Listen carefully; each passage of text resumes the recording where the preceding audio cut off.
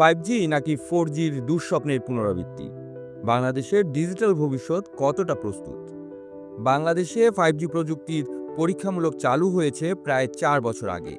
2018 সালে সোনারগাঁও হোটেলে প্রথম 5G ট্রায়ালে 4.17 গিগাবিট পার সেকেন্ড গতির রেকর্ড করা হয়। এরপর 2021 সালে টেলিটক, 2022 সালে গ্রামীণফোন, রবি ও বাংলালিংক সীমিত পরিসরে 5G ট্রায়াল চালায়। কিন্তু 2025 সালের মাঝামাঝি এসেও বাণিজ্যিকভাবে 5G চালু হয়নি।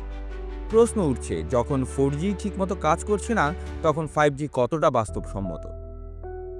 বাংলাদেশ টেলিযোগাযোগ নিয়ন্ত্রণ কমিশন বিটিআরসি 2022 সালে 5G স্পেকট্রাম নিলাম করে। সেখানে অপারেটররা $1.23 বিলিয়ন বিনিময়ে 190 মেগাহার্টজ স্পেকট্রাম কিনে নেয়। কিন্তু পরবর্তী 2 বছরেও স্পষ্ট গাইডলাইন বা রোল আউট পরিকল্পনা না থাকায় অপারেটররা বিনিয়োগে অনাগ্রহী। বিটিআরসি এর স্পেকট্রাম ম্যানেজমেন্ট বিভাগের কমিশনার শেখ রিয়াজ আহমেদ বলেন, আমরা স্পেকট্রাম বরাদ্দ দিতে প্রস্তুত, কিন্তু বাজার প্রস্তুত নয়। গ্রাহক চাহিদা না থাকলে বিনিয়োগ ঝুঁকিপূর্ণ।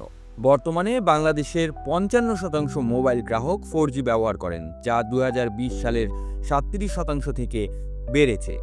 তবে 5G সক্ষম হ্যান্ডসেটের ব্যবহার মাত্র 3.4%।